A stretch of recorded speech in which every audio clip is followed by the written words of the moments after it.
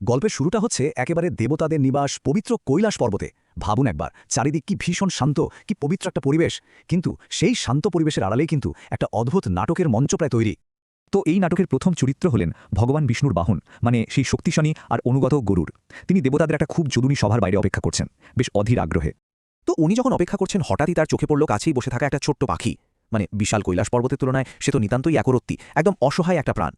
আর ঠিক সেই মুহূর্তে সেখানে এসে হাজির হলেন স্বয়ং মৃত্যু দেবতা যমরাজ। কিন্তু তিনি সবার ভেতরে ঢোকার আগে কি হলো জানেন? হঠাৎ করে থেমে গেলেন, আর তার চোখ দুটো গিয়ে আটকে গেল ওই ছোট্ট পাখিটার উপর। সে যে কি এক অদ্ভুত স্থির চাহনি! মনে হচ্ছিল যেন তিনি পাখিটার ভেতর দিয়ে ওর ভবিতব্য, ওর ভবিষ্যৎ সব পড়ে ফেলছেন। যমরাজের ওইরকম ঠান্ডা দৃষ্টি দেখে গরুর এত দুঃখের ভেতরটা কেঁপে উঠল। ওনার বুঝতে বাকি রইল না যে পাখিটার আয়ু প্রায় শেষ, মৃত্যু একেবারে দোরগোড়ায়। আর ঠিক তখনই উনি ঠিক করে ফেললেন, না, কিছু একটা করতেই হবে। গরুরের মাথায় তখন একটা দারুণ পরিকল্পনা এলো, একেবারে জলের মতো সোজা। উনি ভাবলেন তার যা বিপুল শক্তি, তা দিয়ে তিনি মৃত্যুকেও একটা চ্যালেঞ্জ জানাবেন। পাখিটাকে যে করে হোক বাঁচাবেন, আর দেখিয়ে দেবেন যে ভালো ইচ্ছে থাকলে ভাগ্যকেও বদলে দেওয়া যায়। তো যেমন ভাবা তেমন কাজ। পাখিটাকে একটা নিরাপদ জায়গায় রেখে গরুর একদম বিজয়ীর মতো করে কৈলাসে ফিরে এলেন। এসে দেখেন কি, যমরাজ ঠিক সেই সময়েই সভা থেকে বেরোচ্ছেন।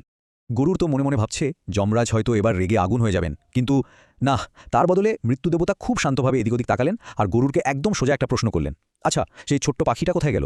গরুরের তো তখন আত্মবিশ্বাসে বুকটা ফুলে উঠেছে। উনি বেশ গর্বের সাথেই বললেন যে পাখিটা এখন একদম সুরক্ষিত। কিন্তু মনের ভেতর একটা খচখচানি তো ছিলই। তাই শেষমেশ উনি যমরাজকে জিজ্ঞেস করেই ফেললেন, আচ্ছা, আপনি ওভাবে পাখিটার দিকে তাকিয়েছিলেন কেন? আর ঠিক এইখানে গল্পটা এমন একটা মন নিল যা শুনলে গায়ে কাটা দেবে। গরুর এত বড় একটা মহৎ কাজ যে আসলে কত বড় একটা ভুল, কত বড় একটা পরিহাস,